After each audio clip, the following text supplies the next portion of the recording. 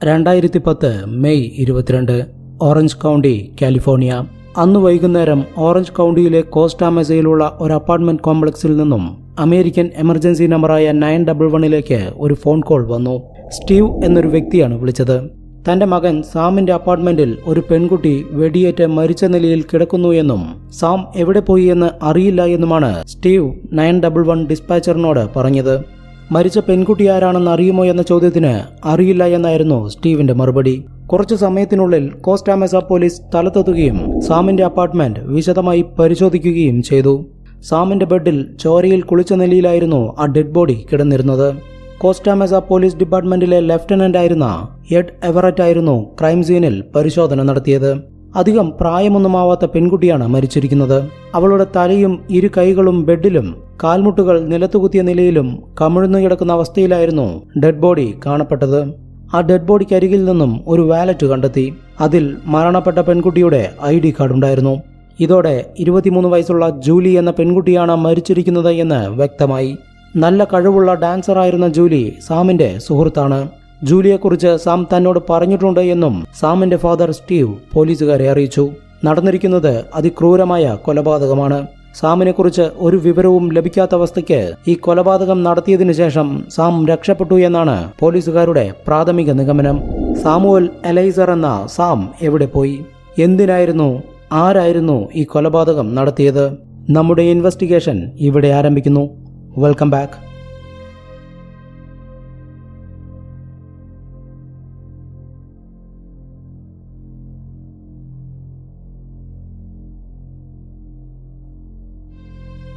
Investigation ആരംഭിക്കുന്നതിന് മുൻപ് ഈ വീഡിയോയ്ക്ക് ഒരു ലൈക്ക് ചെയ്യാൻ മറക്കരുത്.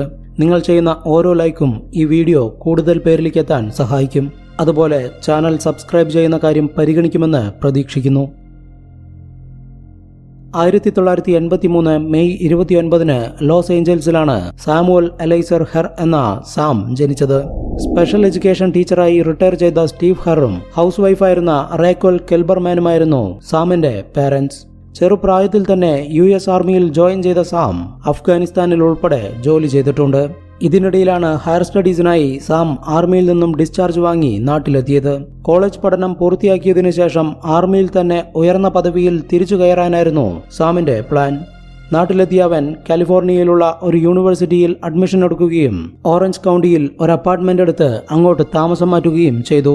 കോളേജിൽ വെച്ചാണ് ക്ലാസ്മേറ്റ് കൂടിയായ ജൂലിയെ സാം പരിചയപ്പെടുന്നതും ഇരുവരും നല്ല സുഹൃത്തുക്കളായതും. സ്റ്റീവിന്റെയും റേക്കലിന്റെയും ഏക മകനായിരുന്നു സാം എന്നുള്ളതുകൊണ്ട് തന്നെ ഫ്രണ്ട്സിനെ പോലെയായിരുന്നു അവർ 3 പേരും. സാം എല്ലാ കാര്യങ്ങളും പാരന്റ്സിനോട് ഷെയർ ചെയ്യും. ഡെയിലി ഫോൺ വിളിച്ച് സംസാരിക്കും. എല്ലാ വീക്കെൻഡുകളിലും അവൻ വീട്ടിലേക്ക് പോകും. അങ്ങനെയാണ് ജൂലിയെക്കുറിച്ചും സാമിന്റെ ഫാദർ സ്റ്റീവ് അറിയുന്നത്.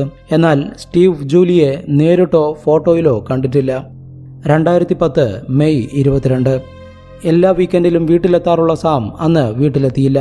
ഇതോടെ സാമിന്റെ ഫാദർ സ്റ്റീവ് അവന്റെ ഫോണിലേക്ക് വിളിച്ചു നോക്കി. ആദ്യം 1-2 തവണ ഫോൺ റിംഗ് ചെയ്തെങ്കിലും പിന്നീട് സ്വിച്ച് ഓഫായി. ഇതോടെയാണ് സ്റ്റീവ് ഓറഞ്ച് കൗണ്ടിയിൽ സാം താമസിക്കുന്ന അപ്പാർട്ട്മെന്റിൽ നേരിട്ട് ചെന്ന് അന്വേഷിക്കാൻ തീരുമാനിച്ചതും അവിടെ വെടിയേറ്റ് മരിച്ച നിലയിൽ ജൂലിയുടെ ഡെഡ് ബോഡി കണ്ടെത്തുന്നതും. സ്റ്റീവ് വിളിച്ചറിയിച്ചത് പ്രകാരം സ്ഥലത്തെത്തിയ പോലീസ് ടീം ക്രൈം സീൻ വിശദമായി പരിശോധിച്ച് ലഭ്യമായ തെളിവുകളെല്ലാം കളക്ട് ചെയ്തു.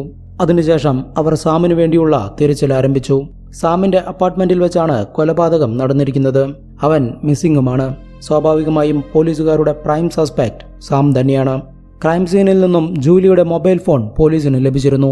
അതിലെ കോൾ ഹിസ്റ്ററിയും ടെക്സ്റ്റ് മെസ്സേജുകളുമെല്ലാം വിശദമായി പരിശോധിച്ചതോടെ ജൂലിയെ സാം നിർബന്ധിച്ച് ആ അപ്പാർട്ട്മെന്റിൽ എത്തിച്ചതാണ് എന്നുള്ള കാര്യം വ്യക്തമായി. സാം ആദ്യം മെസ്സേജ് അയച്ചിരിക്കുന്നത് മെയ് 21 ഉച്ചയ്ക്ക് 2:45 ഞാൻ പാരന്റ്സിന്റെ കൂടെ വീക്കെൻഡ് സ്പെൻഡ് ചെയ്യുന്നതിനായി ഉടനെ പുറപ്പെടുമെന്ന് മാത്രമായിരുന്നു ആ മെസ്സേജിൽ പറഞ്ഞിരുന്നത്. എന്നാൽ 2 മണിക്കൂറിന് ശേഷം വീണ്ടും മറ്റൊരു മെസ്സേജ് കൂടി സാം അയച്ചിരുന്നു. ഞാൻ വളരെ അപ്സെറ്റ് ആണ്. ഇന്ന് രാത്രി നീ തനിയെ എന്റെ അപ്പാർട്ട്മെന്റിലേക്ക് വരണം. എനിക്ക് കുറച്ച് കാര്യങ്ങൾ സംസാരിക്കാനുണ്ട് എന്നായിരുന്നു ആ മെസ്സേജിൽ പറഞ്ഞിരുന്നത്. കുറച്ചു സമയത്തിനകം തന്നെ വീണ്ടും ഒരു മെസ്സേജ് അയച്ചു. Please no sex. I need to talk someone. I am really not doing well എന്നായിരുന്നു ആ മെസ്സേജ്. നീ വിഷമിക്കാതിരിക്കൂ, ഞാൻ എന്തായാലും വരാമെന്ന് പറഞ്ഞ് ജൂലി റിപ്ലൈ ചെയ്തിട്ടുമുണ്ട്. മെയ് 21 രാത്രി സാമിന്റെ അപ്പാർട്ട്മെന്റിലെത്തിയ ജൂലിയോട് അവൻ മോശമായി പെരുമാറിയിട്ടുണ്ടാവും. ജൂലി എതിർത്തതിനെ തുടർന്ന് നിയന്ത്രണം വിട്ട സാം അവളെ ഷൂട്ട് ചെയ്ത് കൊലപ്പെടുത്തിയിരിക്കാനാണ് സാധ്യത എന്നതാണ് പോലീസ് നിഗമനം. എന്നാൽ സാമിന്റെ ഫാദർ സ്റ്റീവ് പോലീസിന്റെ വാദത്തെ തള്ളിക്കളഞ്ഞു. തന്റെ മകൻ ഒരിക്കലും ഈ കൊലപാതകം നടത്താൻ സാധ്യതയില്ല എന്ന് അദ്ദേഹം ഉറപ്പിച്ചു പറഞ്ഞു. പക്ഷേ ക്രൈം സീനിലെ എല്ലാ തെളിവുകളും സാമിനെതിരായിരുന്നു. സാമിനെ ഉടനെ പിടികൂടിയില്ലെങ്കിൽ അവൻ രാജ്യം വിടാനുള്ള സാധ്യതകളുണ്ട്. ഇതോടെ പോലീസ് സാമിനെ കണ്ടെത്താനുള്ള ശ്രമങ്ങൾ ഊർജിതമാക്കി. ഈ സമയത്താണ് സാമിന്റെ ബാങ്ക് അക്കൗണ്ടിൽ നിന്നും പണം പിൻവലിക്കപ്പെടുന്നുണ്ട് എന്ന് പോലീസിന് വിവരം ലഭിച്ചത്. ATM കാർഡ് ഉപയോഗിച്ചാണ് പണം പിൻവലിച്ചുകൊണ്ടിരിക്കുന്നത്. ക്രൈം സീനിൽ നിന്നും 35 കിലോമീറ്റർ ദൂരത്തായിരുന്നു ആ ATM സ്ഥിതി ചെയ്തിരുന്നത്. അതിവേഗത്തിൽ പോലീസ് ആ ATM കൗണ്ടറിലെത്തുകയും അവിടെയുള്ള CCTV ഫുട്ടേജുകൾ പരിശോധിക്കുകയും ചെയ്തു. എന്നാൽ പോലീസുകാരുടെ എല്ലാ പ്രതീക്ഷകളെയും തകിടം മറിച്ചുകൊണ്ടുള്ള വിഷ്വൽസ് ആയിരുന്നു അവിടെ നിന്നും ലഭിച്ചത്. സാമിന്റെ ATM കാർഡ് ഉപയോഗിച്ച് പണം പിൻവലിച്ചിരിക്കുന്നത് സാമല്ല, മറിച്ച് ചെറിയൊരു പയ്യനാണ്. എന്താണ് സംഭവിക്കുന്നത് എന്ന് പോലീസുകാർക്ക് ഒരു പിടിയുമുണ്ടായിരുന്നില്ല. ATMൽ നിന്നും പണം പിൻവലിച്ച ആ പയ്യനെ ഉടനെ കണ്ടെത്താനായി CCTV വിഷ്വൽസിൽ നിന്നും ക്ലിയർ ആയിട്ടുള്ള ഒരു പിക്ചർ പ്രിന്റ് ഔട്ട് എടുത്ത പോലീസ് അവനെ കണ്ടെത്താനുള്ള തിരച്ചിൽ ആരംഭിച്ചു. ഈ സമയത്താണ് അതേ ATM കാർഡ് ഉപയോഗിച്ച് ആരോ ഒരു പിസ്സ ഓർഡർ ചെയ്തിട്ടുണ്ട് എന്നുള്ള വിവരം പോലീസുകാർക്ക് ലഭിച്ചത്. ആ പിസ്സ ഡെലിവറി ആയിട്ടില്ല എന്നും മനസ്സിലായി. അതിവേഗത്തിൽ പോലീസ് ആ പിസ്സ ഷോപ്പുമായി ബന്ധപ്പെട്ട് ആ ഓർഡർ ഡെലിവറി ചെയ്യാൻ പോകുന്ന ഡെലിവറി ബോയെ തിരിച്ചു വിളിപ്പിച്ചു. അതിനുശേഷം ആ ഓർഡർ ഡെലിവറിക്കായി പോയത് പോലീസായിരുന്നു. പിസ്സ ഓർഡർ ചെയ്തത് സാം തന്നെയായിരിക്കുമെന്നും പോലീസിന്റെ കണ്ണിൽ പെടാതിരിക്കാനായി ഏതോ ഒരു പയ്യന്റെ സഹായത്തോടെ അവൻ ATMൽ നിന്നും ക്യാഷ് എടുപ്പിച്ചതാണ് എന്നുമായിരുന്നു പോലീസുകാരുടെ സംശയം. പിസ്സ ഓർഡർ ലഭിച്ച അഡ്രസ്സിലെത്തിയ പോലീസ് ആ വീട്ടിലെ കോളിംഗ് ബെല്ലടിച്ചതിനു ശേഷം സാമിനു വേണ്ടി പുറത്തു കാത്തുനിന്നു. എന്നാൽ ഡോർ തുറന്ന് പുറത്തു വന്നത് 16 വയസ്സുകാരനായ ഒരു പയ്യനായിരുന്നു. വെസ്ലി എന്നായിരുന്നു അവന്റെ പേര്. പോലീസുകാർ ATM കൗണ്ടറിലെ CCTV ഫുട്ടേജിൽ കണ്ട അതേ പയ്യൻ. വെസ്ലിയെ ചോദ്യം ചെയ്ത പോലീസുകാർക്ക് ചില കാര്യങ്ങൾ വ്യക്തമായി. അവന് ജൂലിയുടെ കൊലപാതകവുമായി ഒരു ബന്ധവുമില്ല. അതുപോലെ സാം എന്നൊരു വ്യക്തിയെ അവന് അറിയുന്നത് പോലുമില്ല. എന്നാൽ ഡാനിയൽ വോസ്നിയാക്ക് എന്നൊരു വ്യക്തിയാണ് തന്റെ കയ്യിൽ സാമിന്റെ ATM കാർഡും പിൻ നമ്പറും തന്ന് പണം പിൻവലിക്കാൻ പറഞ്ഞത് എന്ന് വെസ്ലി പോലീസുകാരോട് വെളിപ്പെടുത്തി. 37 വയസ്സുകാരനായ ഡാനിയൽ വോസ്നിയാക്ക് അമേരിക്കൻ കമ്മ്യൂണിറ്റി തിയേറ്ററിലെ ആക്ടറായിരുന്നു. 2 ദിവസം കഴിഞ്ഞാൽ ഡാനിയലിന്റെ വിവാഹമാണ്. കൂടെ അഭിനയിക്കുന്ന റേച്ചലിനെയാണ് ഡാനിയൽ വിവാഹം കഴിക്കാനിരുന്നത്. പോലീസ് ഡാനിയലിനെ കണ്ടെത്തുകയും ചോദ്യം ചെയ്യാൻ ശ്രമിക്കുകയും ചെയ്തു. എന്നാൽ നിങ്ങളുടെ ചോദ്യങ്ങൾക്ക് മറുപടി പറയാൻ എനിക്ക് സമയമില്ല എന്ന് പറഞ്ഞ് ഡാനിയൽ പോലീസുകാരുമായി തീരെ സഹകരിച്ചില്ല. ഇതോടെ ഡാനിയലിന് ജൂലിയുടെ കൊലപാതകത്തിലും സാമിന്റെ തിരോധാനത്തിലും പങ്കുണ്ട് എന്ന് പോലീസുകാർക്ക് ഉറപ്പായി.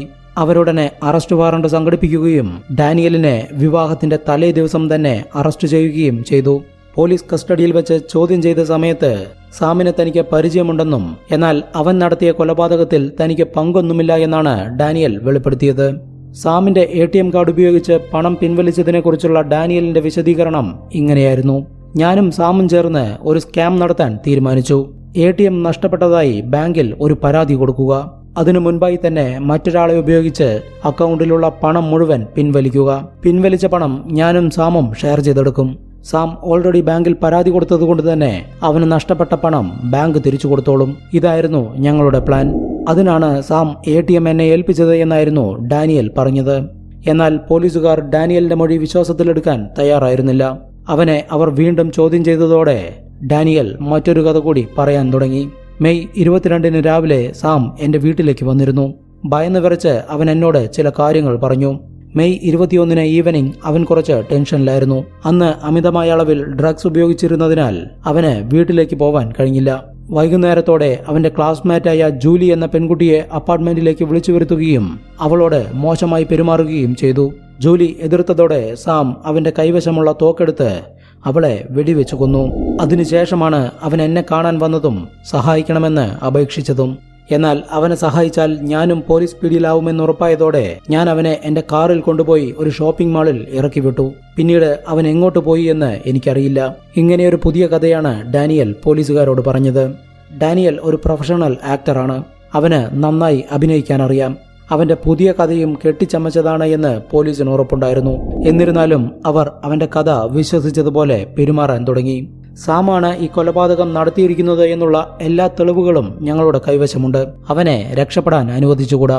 സാമിനെക്കുറിച്ചുള്ള എന്ത് വിവരം കിട്ടിയാലും ഞങ്ങളെ അറിയിക്കണമെന്ന് പോലീസ് ഡാനിയലിനോട് പറഞ്ഞതോടെ അവന്റെ മുഖത്തുണ്ടായ സന്തോഷം പോലീസുകാർ ശ്രദ്ധിച്ചു. തീർച്ചയായും കേസ് അന്വേഷണവുമായി സഹകരിക്കാമെന്ന് ഡാനിയൽ പറഞ്ഞു. എന്നിരുന്നാലും നിങ്ങളുടെ DNA സാമ്പിൾ ഞങ്ങൾക്ക് നൽകണമെന്ന് പറഞ്ഞ് പോലീസ് ഡാനിയലിന്റെ സലൈവ സാമ്പിൾ കളക്ട് ചെയ്തു. കുറച്ചുനേരം സൈലന്റ് ആയിരുന്ന ഡാനിയൽ അവന്റെ കഥയിലേക്ക് ചില കാര്യങ്ങൾ കൂടി കൂട്ടിച്ചേർത്തു. ആക്ച്വലി കൊലപാതകം നടന്ന ദിവസം രാവിലെ ഞാൻ സാമിന്റെ അപ്പാർട്ട്മെന്റിലേക്ക് പോയിരുന്നു. അവന്റെ ടോയ്ലറ്റ് ഞാൻ യൂസ് ചെയ്തിട്ടുണ്ട്. അത് പറയാൻ വിട്ടുപോയി എന്നാണ് ഡാനിയൽ കൂട്ടിച്ചേർത്തത്. ഡാനിയലിന്റെ DNA സാമിന്റെ അപ്പാർട്ട്മെന്റിൽ നിന്നും കിട്ടുമെന്ന് ഭയന്നിട്ടാണ് അവൻ ഈ കഥ കൂടി കൂട്ടിച്ചേർത്തത് എന്ന് പോലീസുകാർക്ക് ഉറപ്പായിരുന്നു. ഇതോടെ പോലീസുകാരുടെ ചോദ്യം ചെയ്യലിന്റെ രീതി മാറി. ഭീഷണിയുടെ സ്വരത്തിലായിരുന്നു പിന്നീടുള്ള ചോദ്യം ചെയ്യൽ. അധിക സമയം ഡാനിയലിന് പിടിച്ചു നിൽക്കാൻ കഴിഞ്ഞില്ല. യെസ്, ഞാൻ തന്നെയാണ് ജൂലിയെ കൊന്നത്.